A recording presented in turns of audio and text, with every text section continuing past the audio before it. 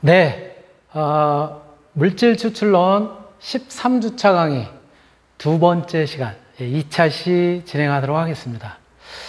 우리 물질 추출론 13주차 강의는 고체가 포함하고 있는 수분, 통상적으로 이제 많은 경우에 이제 물인데요. 수분의 함량을 갖다가 떨어뜨리는, 즉 고체의 건조에 대해서 같이 살펴보고 있는데, 우리 앞 시간 1교시에는 그 건조의 그 유형 중에서 기계적인 건조 방법에 대해서 같이 살펴봤어요. 우리 이번 두 번째 시간 2차 시에는 열적인 공정에 대해서 같이 살펴보도록 그렇게 하겠습니다. 자, 우리 열적 건조 공정, 열적 건조 공정은요, 쉽게 이렇게 우리가 그 개념을 갖다가 이야기를 할 수가 있습니다.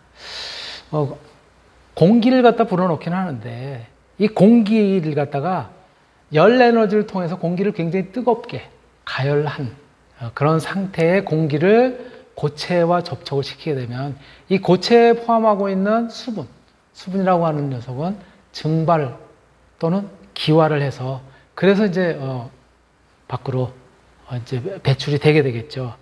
그러니까 어떻게 보면 밖에 공기의 입장에서는 없었던 수분이 이제 들어오는 입장이니까는 증습? 이렇게 이제 표현할 수도 있겠지만, 고체 입장에서 보면은 수분을 갖다 배출하는, 수분을 제거하는, 즉, 건조가 되는 그런 형태가 되고, 결과적으로 이 고체는 건조 상태의 고체로 이렇게 이제 최종 제품이 된다라고 말씀을 드릴 수가 있는 것이고요. 이러한 이제 열을 갖다 공급함으로써 고체 속에 포함이 되어 있는 수분을 제거하는 이러한 공정들. 이거는 이제 실제 우리 많은 공정에서 식품, 특히 이제 천연물을 건조하는 그런 방식으로 많이 활용이 되고 있죠. 그래서 천연물의 건조 방식은 꼭 저것이 이제 천연물 이어야만 되는 건 아니죠. 우리가 이제 천연물이 아닌 어떤 합성 제품일 수도 있는 것이죠. 그렇지만 우리 식품 같은 경우에는 이제 바로 천연물들을 많이 활용을 하게 되는데요. 그래서 이 건조 방식에는 크게 천연물 건조 방식에는 크게 이제 두 가지 유형으로 나눌 수가 있다는 거죠. 첫 번째가 자연 건조예요. 그냥 그대로 이 빛이 쪼이는 거기에다가 이제 이렇게 자연적으로 말리는 거죠. 수분을 갖다 이제 증발시키는 거죠. 그래서 빛이 쪼이는, 빛이 있는 양달이라고 얘기하죠, 우리가. 양달에서 건조하는 방식을 양건, 또 응달, 음지라고 얘기를 하고요. 또는 이제 그늘진 곳이죠. 그늘진 곳에서 건조하는 방식을 음건, 이렇게 이제 이야기를 하고요. 보통 양달에서 건조하는 방식은 여러분들이 잘 아시는 것처럼 고추를 말린다라든가, 그쵸? 깨나 또는 별을 말린다라든가, 이런 것들은 다 이제 양달에서 햇빛이 좋을 때 이제 말리게 되죠. 빨래도 사실 어떻게 보면은 이제 같은 유형이고, 이제 그늘, 응달에서 이제 건조하는 방식이 곶감이라든가, 또는 건어물 같은 경우도 이제 응달에서 말리기도 하지만은, 건어물은 이제 대부분 바닷가 빛이 좋은, 그쵸? 그런 이제 양달에서 이제 많이 수분을 갖다 이제 증발시키게 되죠. 그래서 건포도라든가 곶감, 건어물과 같은 이러한 이제 그 천연물들, 이런 것들을 이제 자연 건조를 통해서 많이 제거를 이제 하게 되는 것이고요. 그럼 이제 인공 건조, 일부러 열을 가해서, 그래서 이제 증발을 시키거나 기화를 시켜서 고체가 품고 있는, 여기에 이제 수분을 갖다 제거하는 이제 그런 방식은 이제 가압 방식이요. 압력을 갖다 이제 가해서, 그래서 가열을 하는 과정에서 압력을 갖다 이제 가해서 분출을 시키고, 그리고 그 과정에서 이제 수분을 갖다 제거하는 이제 그런 방식이 이제 있을 수가 있는데요. 그게 바로 이제 이를테면 뭐라 그럴까, 옥수수를 갖다 이제 튀긴다라든가 뻥튀기, 이런 경우가 이제 갑자기 부피를 갖다 팽창시키면서 온도를 갖다 가하고 부피를 팽창시키면서 그 안에 있었던 수분이 밖으로 분출이 돼서 빠져나가도록 그렇게 이제 하는 방식인 것이죠. 그래서 가열하면서 압력을 가하고, 그리고 분출시켜서 팽창시켜서 그래서 그 안에 있는 수분을 갖다가 이제 제거하는 방식이라고 할 수가 있고요. 이제 상압이라고 표현을 할까요? 아니면 이제 압력을 변화시킨다라고 이제 이야기를 할 수가 있는데요. 보통 상압은 이제 보통 그 대기압 상태에서 그런 상태에서 이제 하게 되는 공정을 갖다 이제 운영하게 되는 경우고요. 자연환기를 통해서 이제 하는 경우가 곶감이라든가 말린 사과 뭐 이런 경우고요. 또 자연환기가 아니라 이제 열을 갖다 이제 가해서 이제 송풍 또는 통풍을 해서 하는 경우가 터널 로타리식 투과형이라든가 기류 선반식 벨트형이라든가 이런 것들은 이제 보통 그 여러 가지 이제 식품을 갖다 건조하는 방식에서 많이 활용이 되고요. 분무 방식은 이제 가압 노즐이나 또는 이제 원심 분무를 갖다 통해서 그래서 이제 분무를 하면서 건조시키는 열풍을 갖다가 이제 불어넣어줘서 그때 이렇게 이제 분무한 상태, 스프레이 상태에 그런 이제 수분을 갖다가 이제 증발시키고 그리고 이제 고체, 분말만 이제 얻게 되는 것이 분말 커피라든가 분유라든가 또는 분말 향료 같은 경우 이제 이런 것들을 갖다가 이제 생산하는 방식이고요. 그다음에 이제 피막이 아까 우리 뭐 이제 그 뭐라 그럴까요? 기계식 건조 방식에서도 이제 나왔었던 건데 이제는 거기다가 이제 열풍을 갖다 이제 쪼이게 되면은 바로 이제 드럼을 갖다 통해서 그 드럼에 있었던 것이 이제 수분이 날아가고 그럼 이제 얇은 막을 갖다가 이제 우리가 얻을 수가 있겠죠. 그래서 전분이라든가 약용 효모라든가 이런 것들을 갖다 이제 얻는 방식도 있고요. 그러니까 포연이라고 하는 것은 이제 늘리는 거죠. 스파게티라든가 또는 크레이터, 즉 페이트상의 식품을 갖다 이제 얻는 이제 그런 형태가 이제 대부분 이럴 거고요. 근데 건조제를 통해서 그래서 이제 수분을 제거하는 방식, 고체 또는 액체 건조 시에 이제 건조제를 제습제를 넣어서 이제 수분을 제거하는 뭐 이를테면 이제 뭐 여러분들 우리가 먹는 김이라든가 그쵸? 또는 뭐 이제 그 식품 중에서 그 안에 이제 제습제가 들어가 있어가지고 이제 수분이 제거되는 그런 방식이라고 이제 보시면 될 거예요. 그리고 이제 고주파 방식은 마이크로웨이브죠. 우리가 전자레인지라고 얘기하는 그래서 이제 바로 분자운동, 즉 마찰열을 갖다가 이제 이용을 해서 그래서 거기서 열이 남으로써 수분을 갖다 제거하는 방식이고요. 적외선을 갖다 이용한 복사열을 이용하는 방식. 그래서 비교적 수분이 적은 그런 이제 제품을 갖다가 이제 건조할 때 많이 사용이 되고요. 그 다음에 이제 상압이라고 보기에는 이제 압력을 이제 변환시킨 방법으로서 이제 감압 방식인 것이죠. 진공 방식으로 사용이 되는 것이 동결건조, 피막, 또 분무, 교반 방식에서도 압력을 낮춤으로써 조금 더 낮은 온도에서 건조시킬 수 있는 그런 방식이에요. 얼음의 승화라든가 드럼벨트 방식, 액체 분무, 액상 혼합을 통해서 각종 식품에 적용하는 그런 방식이라고 볼 수 있고요.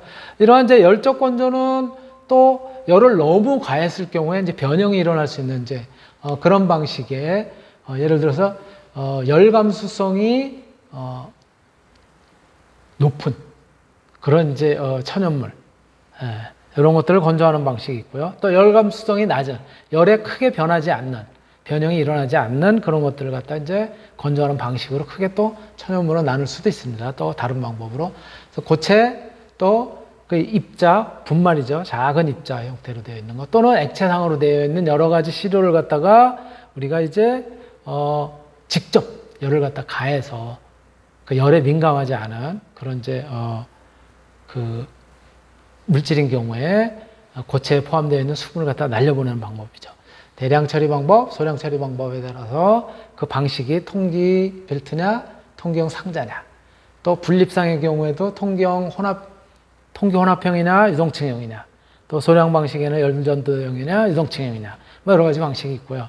액체상인 경우에도 대량 처리 방식, 소량 처리 방식에 이제 그런 것들이 있는 것이죠. 열감수성이 높은 그런 이제 천연물인 경우에는 아까는 어떻게 한다고 그랬었죠?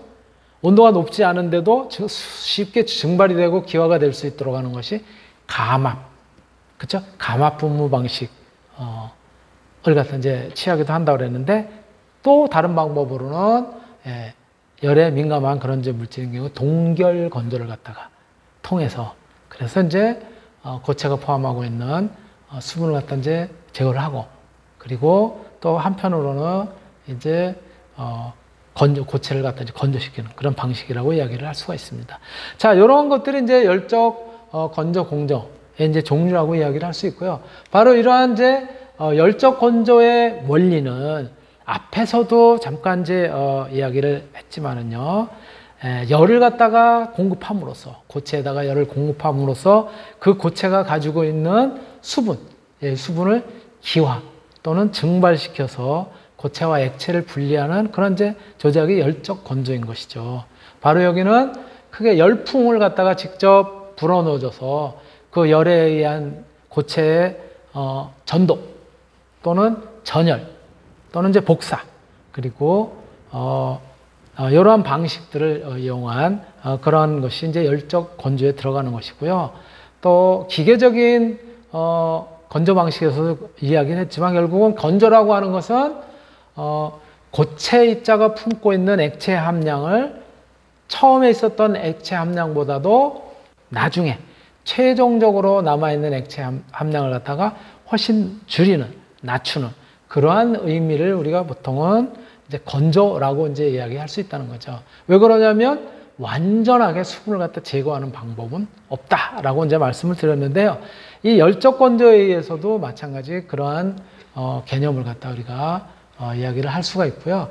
또 X축을 시간에 따라서, Y축을 저 왼쪽의 경우에는 수분의 함량, 그 다음에 오른쪽의 경우에는 온도, 이렇게 본다면 온도 쪽은 이렇게 밑에서부터 위로 올라가는 그래프, 그 다음에 수분의 함량은 저 위에서부터 밑으로 떨어지는 형태의 그래프를 갖다가 우리가 통해서 알 수가 있습니다. 자, 먼저 수분의 함량을 갖다 이제 보면은 A라는 영역이 있고요. 그 다음에 B라고 하는 영역이 있는데 이게 보통 수분의 함량이 점점 떨어지는 영역을 갖다 이제 이야기를 하고요. 요 B를 넘어서 C로 가는 저 지점이 뭐냐면은 수분이 계속 시간이 지남에 따라서 감소를 하는데 그 감소율이 줄어드는 거예요. 수분 감소가 이제 어떤 일정하게 감소하다가 그 비율이 줄어드는, 조금 덜 감소하는 그런 이제 변곡점이 생기는데 이것을 뭐라 그래 얘기하냐면 이제 임계 수분 함량 이렇게 이야기를 합니다. 그리고 이제 이 임계 수분 함량에 들어가기 전인 저 B 구간이라고 하는 것이 이제 보통 뭐 조금 뒤에 다시 한번 이제 설명을 하겠지만 저기가 이제 기화에 의해서 계속 에너지는 공급이 됨에도 불구하고 뭐예요? 온도는 변하지 않죠. 그렇죠? 왜? 기화열을 받은 만큼 그게 이제 증발하고 있으니까는 계속 에너지를 공급을 해도 온도는 계속 기화가 다 되기 전까지는 그 온도로 유지를 하는 거예요. 그렇지만 수분은 계속 이제 줄어드는 그런 유형인 것이죠. 그러다가 거의 기화가 다 됐어. 이제 수분이 다 빠져나와서 그 다음엔 어떻게 되겠어요? 그러면 안쪽에 있었던 고체 입자 안쪽에 있었던 미세 공간에 있었던 수분이 밖으로 또 이제 빠져나와서 그래서 이제 증발을 하겠죠. 이제 그러한 과정이 바로 이제 수분의 감소율이 변화가 되기 시작하는 임계 수분 함량점이라는 거예요. 그리고 이제 임계 수분 함량점으로부터 이제 C 구간에는 점점 그 수분의 감소율이 점점 줄어드는 거죠. 그러다가 최종적으로는 더 이상 수분이 더 이상 줄어들지 않는 그런 점, 바로 이것을 평형 수분 함량이라고 이야기를 합니다. 이 구간까지 이제 이르게 되는 것이고요. 온도 측면에서 봤을 때는 조금 전에 말씀드렸던 것처럼 시간이 경과해도 처음에 이 열을 갖다 공급을 해도 계속 기화가 돼가지고 수분이 다 날아가기 전까지는 증발열, 기화열로 뺏기기 때문에 온도는 계속 일정하게 하다가 수분이 이제 거의 다 증발을 하게 되면 이제 그때부터 다시 이제 온도가 올라가게 되겠죠. 이제 고체 온도가. 그래서 쭉 올라가다 그것도 무조건 올라가는 것이 아니라 어느 구간에 이제 들어가게 되면 점점 또 온도의 증가폭도 다시 이제 감소하는 그런 유형의 이제 특성을 갖다 나타내는데 바로 이것을 건조 특성 곡선이라고 하고요. 요거는 두 가지 유형으로 우리가 이제 볼 수가 있습니다. 이러한 형태. 건조 곡선 1의 경우에는 X축은 시간이고요. Y축은 수분 함량이에요. 아까 말씀드렸었던 수분의 함량의 변화. 두 번째 요 건조 곡선 2는 뭐냐면요. 시간에 따른 수분의 함량이 아니라 건조 속도예요. 수분이 증발하는 증발량의 변화예요. 변화량이에요. 즉 건조 속도, 시간에 따른 건조하는 그것이 어느 정도 바뀌는지 그걸 나타낸 거예요. 그래서 1번의 경우에는 A에서 B 구간 가는데 이렇게 사실은 현실적으로 증가하는 경우는 거의 없어요. 아주 특수한 일부 경우만 저렇게 수분이 일시적으로 증가할 수는 있어요. 왜 그러냐면 결합되어 있는 수분이 가열을 했더니 그것이 떨어져 나오면서 수분이 잠시 고체 표면으로 이렇게 증발을 하는 이제 그 유출이 되는 이제 그런 형태라고 이제 보시면 돼요.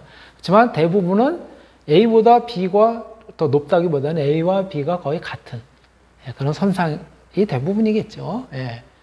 자, 그리고 B에서 C 구간, 저것이 이제 일정한 속도로 이제 시간에 따라서 수분의 함량이 줄어드는 이제 그런 구간이고요. C에서 D로 갈수록 이제 수분의 함량이 줄어드는 것이 점점 이제 줄어드는 속도가 느려지는 거죠. 그래서 시간에 따라서 건조 속도를 갖다 보면 A에서 B로 가는 구간, A에서 B로 가는 구간은 뭐냐면은 수분이 안에 있었던 것이 밖으로 밀쳐져 나오는 거예요. 그런 구간이라고 생각하시면 됩니다. 그래서 수분의 건조 속도가 굉장히 빠른 그러한 형태, 겉에 묻어 있었던 이제 그런 것들을 포함해서. 그리고 B에서 C는 뭐냐면 이 수분들이 이제는 어떻게 열이 계속 공급이 돼도 다 이제 꾸준하게 이제 기화가 되다 보니까는 건조 속도는 시간에 따른 건조량의 변화는 일정하게, 즉 일정한 속도로 이제 건조가 된다는 거죠. 그래서 B에서 C 구간은 일정한 건조 그 속도를 갖다 이제 나타내는 거고요. 그리고 점점 이제는 거기서 다시 감소를 하게 되겠죠. 왜? 고체의 내부, 즉 그 세공에 있었던 아주 미세한 공간에 있었던 녀석이 밖으로 빠져나오면서 걔네들이 이제 다시 밖으로 빠져나와서 증발되고 이런 과정을 갖다 거치기 때문에 점점 감소하는 그런 이제 구간을 갖다 이제 나타내게 되고요. 바로 이것을 조금 더 자세하게 이제 나타낸 것이 요 수분의 함량 변화 그리고 건조 속도의 변화를 갖다 나타낸 거예요. A에서 B 구간이 바로 이것을 뭐라고 얘기하냐면 조절 구간 이렇게 이야기를 합니다. 초기에 열의 공급에 의해서 예비 건조가 이제 시작되는 거예요. 그래서 이때는 바로 이제 급격하게 수분의 건조 속도가 증가를 이제 일부 하게 됩니다. A에서 B 구간은. 그러나 B에서 B 구간이 되면 이제 열풍의 온도와 식품의 표면 온도가 같아지게 되고요. 이때부터는 이제 공급되는 열에 의해서 식품이 가지고 있는, 여기서 식품이라고 얘기하니까 꼭 식품만 다루는 것 같은데, 천연물질, 이 고체가 가지고 있는 이러한 이제 수분들이 이제 증가하는 거예요. 이제 증발하는 거예요. 그래서 바로 요것을 증발하는 속도가 열이 공급됨에 따라서 수분이 다 증발될 때까지는 계속 일정하게 증발하게 되는데 이것을 항률 건조 구간, 즉 건조되는 속도가 일정하게 이제 유지가 된다는 것이죠. 그래서 밑에 건조 속도는 B에서 C는 일정한 값을 갖다 나타내게 되는 것이죠. 그래서 표면의 수분 증발, 즉 내부에 있었던 수분이 표면으로 수분이 계속 이동이 되면서 표면에서 수분 증발은 계속 일어나는 거예요. 이것이 일정하게 안쪽에서부터 밖으로 빠져나오고 표면에서 증발하고 안쪽에서 밖으로 빠져나오고 표면에서 증발하는 것이. 그래서 열 전달 속도는 수분의 표면 증발 속도, 열이 공급되는 양만큼 수분의 표면에 있었던 고체 표면에 있었던 수분이 증발하는 속도가 이제 같아지는. 그래서 그러나 수분의 증발 속도는 내부에 있었던 수분이 이동하는 속도보다는 훨씬 큽니다. 그런 형태고요. C 지점이 되면 이제 임계의 수분 함량이라고 아까도 얘기를 했었죠. 표면의 건조 속도가 내부의 수분 이동 속도하고 같아지는 이제 이런 점이에요. 이때부터 이제 변화가 일어나기 시작하죠. 표면에서 건조되는 속도가 내부에 있었던 것이 표면까지 나오는 속도가 같아지는 점부터 이제 그 다음에는 내부에서 바깥쪽으로 표면까지 이제 나오는 수분의 이동 속도보다는 표면의 건조 속도가 더 이제 큰 이제 그런 형태인 것이죠. 바로 그것이 이제 C에서 D 구간인 거예요. C에서 D 구간은 그래서 건조 속도가 줄어든다. 그래서 감률 건조 구간, 감률 건조 기간이라고 얘기하고요. 수분에서 일어나는 수분에서 일어나는 것이 아니라 표면에서 일어나는 수분의 증발 속도는 수분이 내부에서 표면으로 이동하는 그러한 이동 속도보다는 훨씬 큽니다. 그래서 이거는 보통 이제 확산에 의해서 이제 이런 현상이 일어나게 되고요. 그 다음에 즉 고체가 가지고 있는 그 미세한 그런 이제 세공이라고 얘기하죠. 즉 모세관이죠. 모세관을 통해서 수분이 이동하는 이제 그런 구간이다라고 이야기를 할 수 있고요. 이것이 첫 번째 건조 곡선이 수분의 함량에 대한 시간의 변화, 시간에 따른 수분의 함량의 변화. 그 다음에 두 번째 건조 곡선이 시간에 따른 건조 속도의 변화입니다. 건조율이 어느 정도 변하는지 요거를 나타낸 건데요. 바로 요거 이외에도 여러 가지 이제 그래프를 그릴 수가 있어요. 저게 1번 건조 곡선이죠. 여기 2번 건조 곡선이. 근데 3번 같은 경우는 어떻게 되냐면 수분의 함량에 따라서 건조 속도가 어떻게 되느냐. 시간의 변화가 아니라 수분의 함량이 많을수록 건조 속도도 늘어나는 그런 이제 형태를 갖다 보이게 되겠죠. 요거는 이제 4번은 시간에 따라서 온도의 변화는 그럼 어떻게 되느냐. 시간에 따라서 온도의 변화는 아까 맨 처음에 우리가 건조 특성 곡선에서 나타난 것처럼요. 이렇게 B에서 C는 일정한 온도를 갖다 나타낸다 그랬죠. 왜 그런다고요? 기화가 되니까. 기화열을 계속 다 수분이 날아갈 때까지는 기화열을 계속 열을 공급해도 그래서 기화열로 뺏기기 때문에 온도는 일정하게 유지가 된다. 그런 얘기입니다. 이렇게 여러 가지 유형의 건조 특성 곡선을 갖다 우리가 살펴볼 수 있는 것이죠. 자, 그렇다면 지금 살펴봤었던 것처럼 건조의 세 구간 어떻게 표현할 수 있느냐. 첫 번째가 조절 구간이라고 얘기를 했습니다. A에서 B 구간. 식품 표면이 즉 어떤 고체 표면이 공기와 평형을 이루게 되는 그런 이제 단계이고요. 두 번째가 항률 건조 구간. B에서 C 구간이에요. 건조 속도가 일정한 단계고요. 이때 고체, 즉 식품의 온도는 상승하지 않는다. 그리고 식품, 그 고체 건조의 경우 아주 짧거나 아예 없는 경우도 있다. 세 번째가 이제 감률 건조 구간이에요. C에서 D에 해당이 되는데요. 건조 속도가 점점 감소되는 단계예요. 그러다 보니까 식품 또는 어떤 고체의 온도는 점점 증가하는 이제 그런 상태이고요. 임계 수분 함량은 감률 건조 기간의 초기 수분 함량하고 이제 같은 그런 형태가 되는데 보통 식품을 건조하든 고체를 건조하든 요 구간이 건조하는 과정에 있어서 굉장히 많은 시간을 차지해요. 바로 감률 건조 기간이 결국은 건조하는 데 있어서 시간을 많이 차지하는 그런 이제 부분이다라고 말씀을 드릴 수 있고요. 또 이 감률 건조 구간도 제1 감률 건조 구간, 제2 감률 건조 기간, 제3 감률 건조 구간도 굉장히 다양하게 고체가 가지고 있는 그런 특성에 따라서 분류를 할 수가 있습니다. 그렇게 이야기를 할 수가 있고요. 자, 그렇다면 우리가 열적 건조 공정에서 고체 내부에 있는 수분을 갖다 포함해서 그래서 수분이 어떻게 존재하는지를 갖다 살펴보면은 바로 고체 내부를 포함한 그런 이제 수분의 분포예요. 여기 고체예요. 고체 입자들이 이렇게 이제 뭉쳐져 있어요. 그랬을 때 거기에 수분을 포함하고 있는 경우예요. 고체 입자 표면 밖에 있는 것, 고체 입자가 이렇게 뭉쳐져 있다면 그 표면 밖에 있는 것을 자유수분이라고 이야기를 합니다. 그래서 자유수분, 슬러지, 고체를 수분을 머금고 있는 고체, 그 수분 중에 대부분을 차지합니다. 즉 이렇게 고체 입자들이 이제 이렇게 되어 있는데 거기를 갖다 겉을 둘러싸거나 안에 이렇게 막 떠돌아다니는 이제 그런 형태의 이제 수분인 것이죠. 그래서 슬러지 수분 중에 대부분을 차지하고 이것이 항률 건조 B 기간에 B 구간에 대부분 증발이 됩니다. 즉 표면에 묻어 있었던 수분은 대부분 증발합니다. 그런데 반해서 조직 내부의 수분, 슬러지 내 분자 사이의 이제 수분이에요. 여기 감률 건조 구간 C1 단계에서 증발이 되는 것이에요. 이게 이제. 그래서 입자와 입자 사이에 이제 끼어 있던 것들이죠.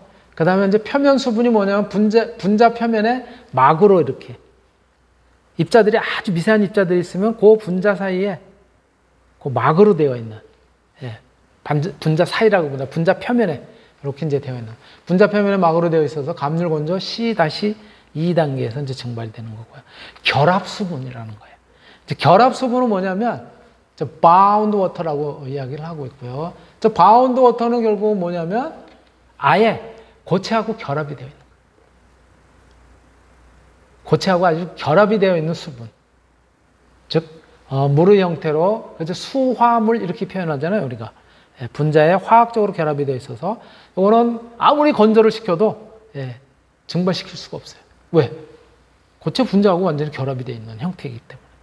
그래서 이렇게 자유수분, 조직 내부에 있는 수분, 주로 이제 표면 수분을 포함해서 그쵸, 조직 내부에 있는 수분, 고체를 입자가 있다면 그걸 갖다 둘러싸고 있는 표면 수분, 그리고 결합 수분은 고체 안에 화학적으로 결합이 되어 있는 수분, 이렇게 이제 나타날 수 있습니다. 여러분들 그림을 보면 조금 더 이해가 빠를 거라고 이제 생각이 되고요. 네, 자 그렇다면 특히 이 자유수분이라고 하는 겉에 고체 표면에 고체 입자들이 있다면 그 표면에 둘러싸고 있는 요 자유수분이요. 요거는 고체를 구성하는 성분과 결합되어 있지 않습니다. 그리고 고체의 모성환을 따라서 자유롭게 이동이 가능한 물이에요. 특징은 천연물에서 용매로 주로 이제 작용을 합니다. 전해질, 수용성 단백질을 갖다 용해하는 특징이 있고 난용성 물질을 갖다 분산하는 그런 작용을 갖다 이제 하게 되는 것이죠. 그리고 탈수와 건조로 쉽게 제거를 할 수가 있어요. 요 자유수분의 경우에는 미생물의 생육이나 증식에 이용이 되고요. 끓는 점, 녹는 점이 비교적 높습니다. 0도씨에서 얼고 그리고 100도씨에서 끓게 되는. 그리고 비열이나 점성, 표면 장력이 큰 그런 특징을 가지고 있고요. 비중은 바로 요 자유수분이니까 거의 물하고 같으죠. 즉 4도씨에서 최대인 그런 특징을 갖다 이제 나타내게 되는 것이죠. 그런데 말이죠. 결합수분. 결합수분은 뭐라 그랬죠? bounded water. 분자 결합을 아예 하고 있는 거냐. 천연물의 구성성분인 탄수화물, 단백질, 지질 등과 경우에 따라서는 수소결합 또는 공유결합, 이온결합 등을 통해서 직접 또는 간접적으로 물하고 완전히 결합이 되어 있는 거예요. 그러니까 이거는 아무리 열을 갖다 가한다고 하더라도 떨어져 나오지 못하는 이제 그런 부분이라고 보시면 돼요. 그래서 보통의 물보다는 밀도가 이제 큰 그런 형태이고요. 특히 이제 식품 같은 경우에는 미생물의 생육이라든가 증식 이런 것들 또는 효소작용 이거하고도 관련이 전혀 없는 거예요. 왜? 그 물질의 분자, 결합에 포함이 되어 있는 수분이기 때문에 이용을 할 수가 없는 물이에요. 미생물도 이용을 못해요. 바로 그러한 특징들을 갖다가 이제 가지고 있다. 그렇게 이제 보시면 되는 거고요. 그래서 말씀드렸던 것처럼 수증기압이 보통의 물보다 낮고 대기압하에서 100도씨 이상으로 가열을 해도 제거가 되지 않아요. 또 0도씨 이하의 낮은 온도에서도 얼지 않아요. 왜? 그 고체 입자하고 완전히 화학적으로 결합이 되어 있는 그런 물이기 때문에 그렇다는 거죠. 이러한 특징들을 갖다 이제 가지고 있습니다. 자, 그렇다면은 이 열적 건조는 방식에 따라서 어떻게 분류를 할 수가 있느냐. 방식에 따라서는 연속식으로 계속 수분을 갖다가 기화시키거나 증발시킬 수 있느냐? 라고 하는 방식은 연속식. 그 다음에 이제 회분식. 회분식은 아시죠? 횟수를 갖다가 나눈다는 거예요. 그래서 어떤 용기에 일정량을 집어넣고 수분이 다 증발되면 그 다음에 이제 꺼내서 건조된 상태로 꺼내고 또 그 다음에 또 집어넣다가 건조되면 또 꺼내고 이렇게 횟수를 나눠서 한다는 거죠. 그래서 연속식과는 이제 구분이 되는 회분식. 그리고 압력을 보통 압력, 대기압 상태에서 보통 압력에서 하느냐 아니면 압력을 높이거나 또는 진공 상태인 감압 상태에서 하느냐, 이런 방식으로 이제 나눌 수 있고요. 또 교반을 하느냐, 잘 섞어주느냐, 아니면 잘 섞어주지 않는 비교반 방식이냐에 따라서도 열적 건조, 그런 이제 방식이 굉장히 나눠지고 있고요. 또 여기에는 직접 건조를 하는 거냐, 즉 직접 건조하는 방식은 이제 단열 건조라고 얘기를 해서, 예를 들어서 어떤 공기를 갖다가 불어넣어 줌으로써 공기가 포함하고 있는 열과 접촉을 해서, 그래서 이제 할 수 있는, 공기를 불어넣어 주지만 그 뜨거운 공기가 고체하고 직접 접촉이 되는 이제 그런 방식이냐, 아니면 간접적이냐, 이건 비단열 건조라고 얘기를 하고요. 외부 매체로부터 고체가 접촉하고 있는 이제 금속에 이제 고체가 접촉하고 있는 거예요. 어떤 판에다가, 판이 뜨거워요. 그리고 그 위에 이제 고체가 놓여 있는 거. 또 표면을 통해서 열 전달, 유전체, 복사체, 고주파 에너지. 이런 방식은 이제 비단열이죠. 예. 즉 간접적으로 건조하는 방식이죠. 여러분들 고주파, 마이크로웨이브를 통한, 전자레인지를 통한 것은 어떤 열을 갖다가 고체에다가 이렇게 주입하는 것이 아니죠. 그렇죠? 뭐예요? 그것에 분자가 가지고 있는 회전 운동을 갖다가 하도록 해서, 그래서 거기서 마찰열이 발생해서 하도록 하는 거니까, 이런 것들은 간접 건조에 들어가는 거예요. 비단열 건조에 들어가는 거고요. 직간접 건조기는 단열, 비단열을 혼합한 그런 방식인 것이죠. 이렇게 이제 나눌 수가 있고요. 자, 그렇다면은 열적 건조는 이렇게 방식에 따라 이제 다양한 분류에, 또 단열 건조, 비단열 건조 방식이 있다 그랬잖아요. 예. 그래서 열적 건조의 고체 취급에 있어서 기체중으로 고체층을 갖다가 노출시킨 유형, 단열 건조 방식이에요. 예. 기체 중에 기체가 있는데, 뜨거운 기체가 있는데 거기에 고체가 노출이 되어 있는 방식이에요. 횡단순환식 A번이에요. 저렇게 고체 입자들이 쌓여 있는데 바람이 부는 것처럼 뜨거운 열풍들이 이렇게 이제 지나가면서 건조하는 방식이에요. 횡단하는 거죠. 옆으로 지나가는. 그 다음에 그래서 건조층 또는 고체 평판 표면에 대한 횡단 흐름이 이제 있고요. 연속 박판 또는 필름의 한 면 또는 양면을 갖다 가로질러서 저렇게 기체가 지나가는 거예요. 두 번째가 관통순환식이에요. B 방식.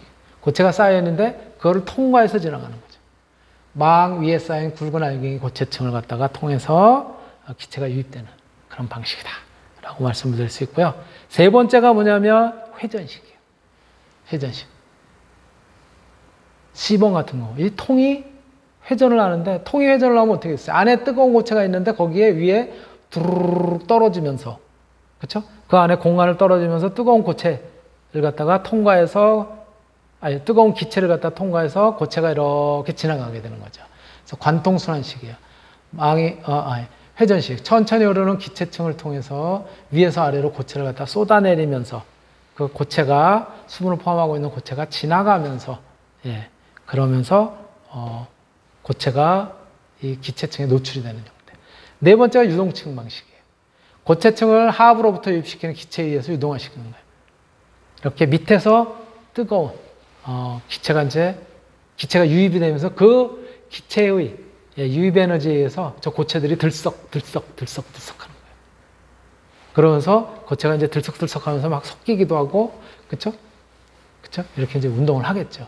그러면서 이제 건조가 되는 방식이고요. 다섯 번째가 공기운 방식이에요. 고체층의 하부에서 기체의 속도를 갖다 굉장히 크게 하면 이 기체의 속도를 따라서 고체 입자도 같이 이동을 해버려요. 그러니까 물속에 흙탕물들이 같이 물속에 담겨가지고 물하고 같이 이동하는 방식으로 기체 중에 고체 입자들이 막 이렇게 부유가 되어서 떠서, 그래서 이렇게 같이 이동하는 방식이라고 보시면 돼요. 그래서 고체층 하부에서 유입된 기체 요소를 크게 해서 혼합장치에서 기계적인 분리기로 그렇게 이제 운반하는 이러한 방식을 갖다 이제 바로 단열 건조 방식, 이렇게 이야기를 하고 있고요. 바로 뭐 여러 가지 유형이 있습니다. 그래서 그 유형에 대해서는 우리가 또 영상, 또 그리고 자세한 그런